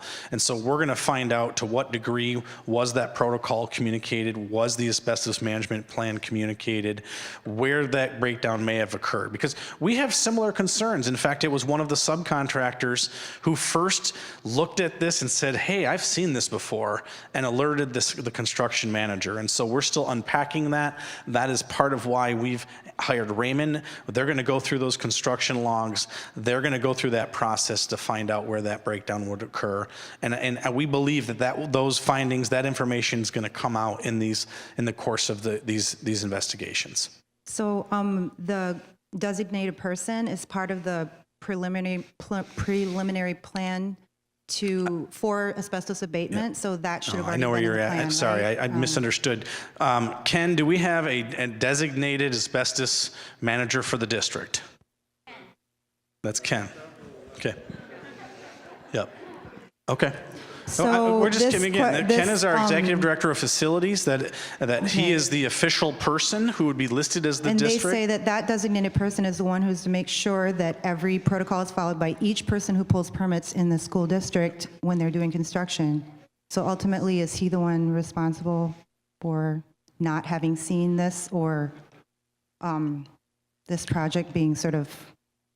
I know my colleague well, and I know that this is something that weighs very heavily on him, and that this is something that we're going to continue to follow up to find out where that system was broken down and where the accountability measures may be. We know that there may be findings. We know there may be fines and violations.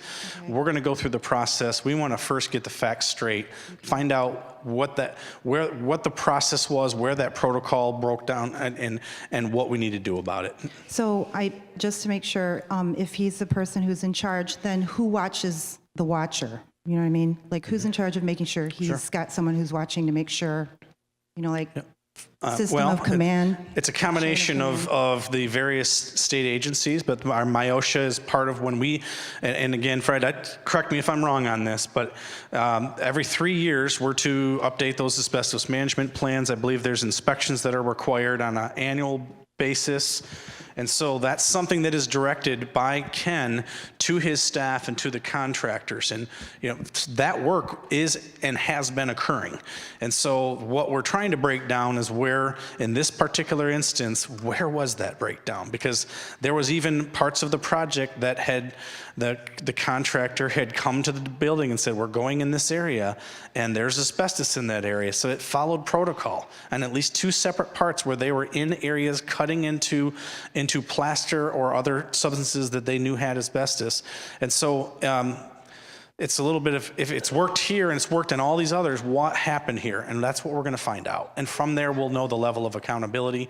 But that includes state agencies that provide the regulatory oversight. That includes the superintendent, includes the Board of Education. All right. I'm Doug Kane. I'm Sarah Kane's father, teacher here at North Park. Hi, Doug. Question is, what is the district? You've mentioned legal counsel, and I assume there's legal counsel in the background here, probably advising you as far as what to say, what not to say. What's been done as far as from a preservation of evidence standpoint with regards to like any samples that MicroAir would have taken or would be in their possession, and even the log books that Chrisman would have? Have they been put on notice? Yep. Hopefully at some point to preserve all that evidence. Yeah, absolutely. And in fact, we've published the samples. That was something that we did send out, the sample from the original micro-air test, the inspection reports that were done pre-construction by micro-air. This is all on our website, right under quick links. It says North Park Montessori. You can click there and find those documents. The daily construction logs, we are pledged to post those on there as well. We hope to have those on there later this week. As I think I said, I don't know if I said it earlier tonight or this morning, but those construction logs are, I've looked at them and I'm having a hard time deciphering them. So what we're also going to be relying on is Raymond Group, Raymond Investigative Services, to go through, analyze that, to help us come up with that site map that can say, we know they were in these classrooms at this time, at this date, at this hour, doing this work. That's the level of detail that's in those reports that we will be posting publicly and that we will continue to share as we get more information. And I think it's been said earlier, I think it's a no-brainer that you have to do a reenactment of the conditions really to get the samples, right? I mean, the conditions of the drilling, I think it's been said, I won't repeat that, but this idea of the last day of school is the conditions that we're looking for. That's not the conditions. It's the conditions that occurred at 7 o'clock in the evening, when the teachers were in. Also, the recommendation with regards to clothing and things like that, I'll say that we went over and we bagged up probably 3 or 4 bags of Sarah's clothes, and including a quilt that was a gift to her from a student parents in her first year. That quilt is currently in a garbage bag. It's sitting outside in the garage. Is it your recommendation, or is the advice here that we're to take that stuff out of those bags, wash it, and start wearing it? That's exactly the advice that we got from the EPA asbestos work group, to wash the clothing if it can be washed. Separately from all your other clothing, wash it. And that should be, there's no further testing that can be done to make sure that it's free of asbestos. And at that point, it's up to you if you want to keep using it. So you're comfortable for your child or your wife, or you would do Yep. the same for yourself? That was the guidance that we got, and I trust the experts. So yes, I would stand by that. Okay, there we go. Thank you. It's okay.